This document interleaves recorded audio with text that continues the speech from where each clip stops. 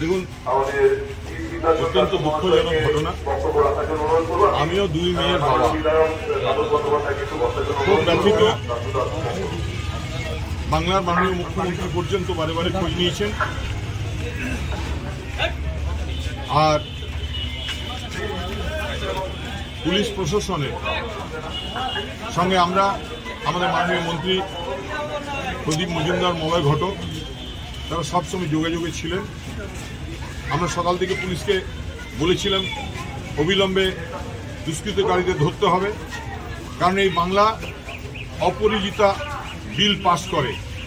ধর্ষণের বিরুদ্ধে বাংলার জননেত্রী মমতা বন্দ্যোপাধ্যায়ের লড়াই, তাই এখানে অপরাধীদের বাঁচার কোনো রাস্তা নেই।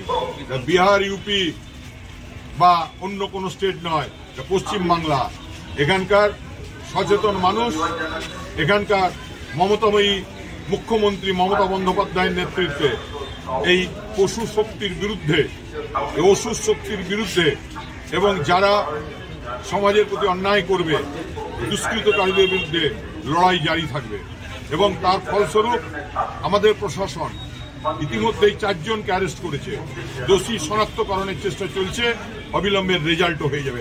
বাংলাতেই দেখা যাচ্ছে অগ্নিমিত্রা এই বিষয় নিয়ে কিন্তু রাস্তা অবরোধ বা থানা ঘেরাও এই সব কর্মসূচিগুলো কিন্তু বারবার তুলে ধরছে।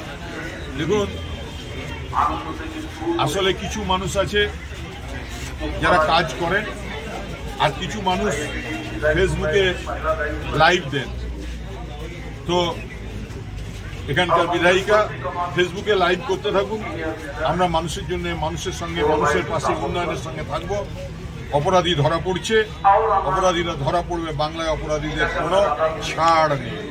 এটা দাদা দেখা গেল যে এই বিজয় সম্মানের মধ্যে কিন্তু আমাদের ভোটের যে প্রচার, সেই ভোটের প্রচারকে নিয়ে করেও কিন্তু একটা বার্তা দিলেন।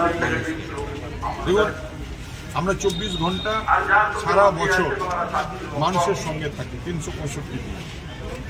তাই বিজয় সম্মেলন মানুষের কাছে পৌঁছানো, জনসংযোগ, কর্মীদের একত্রিত হওয়া এবং সেই সঙ্গে মানুষকে একটা বার্তা দেওয়া যে অসুর দলনী মা দুর্গা 26-এ অসুর বধ করবে।